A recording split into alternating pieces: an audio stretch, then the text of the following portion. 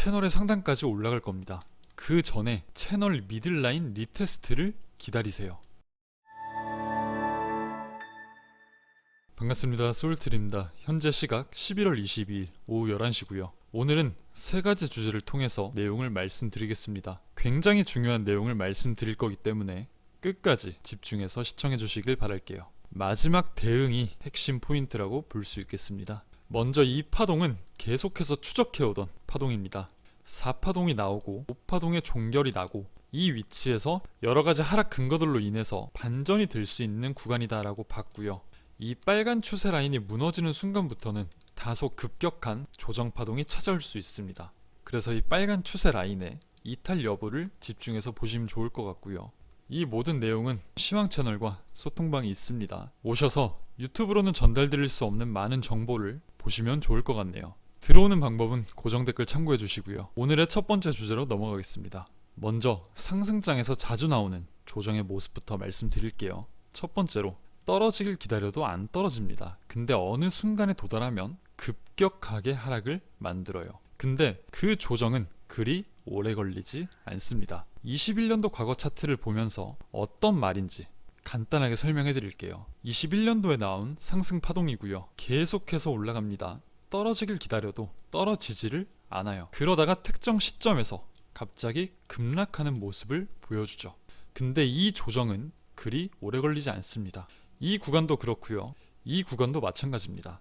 계속 올라갈 것처럼 무빙을 보여주다가 한순간에 급락하는 이런 모습이 굉장히 자주 찾아옵니다. 이 구간도 마찬가지고요. 이 구간도 마찬가지입니다. 얼핏 보면 굉장히 작은 하락이 아닌가라는 생각을 할 수 있지만 약 10% 가까이 되는, 그리고 20% 가까이 되는 굉장히 굵직한 조정들이에요. 상승장에서는 조정 형태가 이렇게 급작스럽게 그리고 시간을 오래 끌지 않는다, 이 특성을 알고 다음 두 번째 주제로 넘어가겠습니다. 할 말이 많아요. 두 번째, 파동 카운팅입니다. 이 차트는 장기 로그 차트이고요. 이 로그를 꼭 표시를 해주셔야 됩니다. 카운팅은 두 가지를 준비했고, 두 가지 시나리오를 준비한 이유는 항상 파동 카운팅을 할 때 하나의 시나리오만 세워놓고 매매하는 것은 잘못된 겁니다. 최대한 많은 시나리오를 세워두고 가능성 없는 시나리오들은 하나씩 죽이는 거예요. 그래서 두 가지가 남아있는 거고요. 이 두 가지를 여러분들한테 말씀드릴 거니까 여러분들은 공통 구간만, 이 두 가지 시나리오에서 공통적으로 향하고 있는 방향에 대해서 한번 찾아보시면 좋을 것 같습니다. 이 두 가지 시나리오는 첫 번째 파동에서 카운팅이 갈리게 됩니다. 그럼 첫 번째로 넘어갈게요. 첫 번째는 굉장히 무난하게 임펄스로 카운팅한 차트입니다. 하나, 둘, 셋, 넷. 그리고 마지막 5파동이 나오는 과정이라고 볼 수 있겠죠. 이 5파동은 당연히 5개의 파동으로 구성이 될 거고요. 여기는 임펄스의 형태로 올라가는 모습이 나와 줄 수 있습니다. 이 채널은 2파와 4파를 이용해서 만들어진 채널이고, 이 3파를 연결했을 때 이 채널의 상단이 나오게 되고요. 이 임펄스의 마지막 5파는 채널의 상단 부근에서 종료가 될 수 있다고 생각합니다. 이 임펄스 종료 이후에 나오는 시나리오는 당연히 이 임펄스를 되돌리는 하락이 나와 주어야겠죠. 자, 그럼 이 첫 번째 시나리오에서는 이 마지막 파동이 임펄스로 올라갈 수 있다는 것을 알 수 있습니다. 그럼 얘가 임펄스의 가능성이 있다는 것을 알아두고 두 번째 시나리오로 넘어가 볼게요. 두 번째 시나리오는 이 전체를 3중 지그재그로 보는 카운팅입니다. 하나씩 풀어서 설명을 드리면 3개의 파동으로 올라왔습니다. 그리고 X파동이 나왔죠. 3개의 파동으로 올라왔습니다. 그리고 X파동이 나왔습니다. 그리고 다시 한 번 더 3개의 파동으로 올라갈 수 있다는 것이죠. 카운팅을 매겨보면 이렇게 볼 수 있겠죠. W, X, Y, X, Z로 올라가는 이런 시나리오가 나올 수 있고, 현재는 이 Z파동의 ABC 중 A파동이 나오는 과정이다라고 해석을 하고 있어요. 우리가 흔히 하는 3중 지그재그는 채널 내에서 채널과 접점을 이루면서 올라갑니다. 모습은 임펄스와 비슷하기 때문에 임펄스와 헷갈릴 수 있어요. 이 점을 유의하시면 좋을 것 같고, 그래서 저 또한 이 구간을 임펄스와 3중 지그재그로 준비를 했습니다. 이 3중 지그재그에서 A파는 임펄스로 올라갈 수 있겠죠. 두 번째 시나리오의 핵심도 이 구간이 임펄스로 나와 줄 수 있겠다. 임펄스가 끝나면 B파 조정이 나올 거고요. 10파 조정으로 한 번 더 올라가는 총 WXY, XZ로 형성되는 파동의 종결을 볼 수 있겠습니다. 이 삼중 지그재그가 나온다면 이후에 벌어질 수 있는 상황은 이렇게 다이고날이 만들어질 수 있겠죠. 자, 그러면 두 가지 시나리오를 모두 설명드렸어요.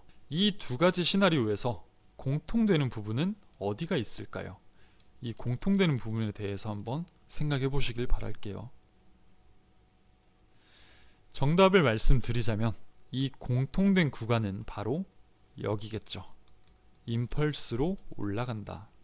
이 임펄스가 나와주고 조정이 크게 올지 적절히 오고 다시 올라갈지는 모르겠지만 이 두 가지 시나리오 모두 현재 위치에서 임펄스로 올라가는 파동이 나오고 있다는 것을 나타내주고 있습니다. 아직까지 이 상승 파동은 여전히 크게 진행이 될 수 있고요. 먹을 구간은 많다라는 결론을 내릴 수 있겠죠. 자, 그럼 오늘 영상의 가장 중요한 포인트입니다. 이 임펄스 파동이 어떤 모습으로 나와주고 있는지를 한번 보도록 하겠습니다. 자, 여기를 카운팅 해볼게요. 먼저 이 구간은 다이고날로 보고 있습니다. 10월부터 이 구간을 다이고날에 대한 가능성을 보고 있었고요. 얘가 다이고날로 나왔다라는 것은 얘는 추세의 시작 부분에 있기 때문에 흔히 말하는 리딩 다이고날이 될 수 있겠죠. 1파를 그어주고요. 그에 따르는 조정 파동이 나왔다라고 판단을 할 수 있습니다. 그리고 나서 볼 수 있는 게 리딩 다이고날이 나오면 이 세 번째 파동은 굉장히 길게 연장이 돼서 나옵니다. 그러면 이 3파동은 높이 치고 올라갈 수 있다라는 전제 조건이 생기게 되고 이 3파가 여전히 큰 상승분이 남았다라는 것을 볼 수 있죠. 근데 뭔가 이상합니다. 여기서 임펄스가 나왔죠. 임펄스가 나왔으면 3파가 끝이 난 거 아니야? 라고 생각을 할 수 있는데 얘는 그러면 3의 1파라고 볼 수 있는 거예요. 3의 1파라고 볼 수 있고 1파가 과도하게 길게 뿜어져 나온 것을 볼 수 있습니다. 그럼 1파 연장 임펄스를 생각을 해볼 수 있겠죠.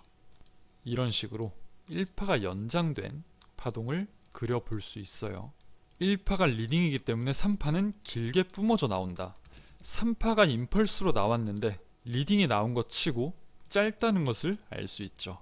그러면 얘는 3의 1파구나. 3의 1파가 나오면 3의 2파가 나올 거고요. 1파가 굉장히 길기 때문에 1파 연장 임펄스로 큰 3파가 종결될 수 있습니다. 그리고 여기서 중요한 것은 1파 연장 임펄스가 나오고 2파가 나올 때 특징이 있죠. 2파는 얕게 눌립니다. 거기에 1파 내부 파동 속 4파동 매물대에서 걸릴 확률이 높고요.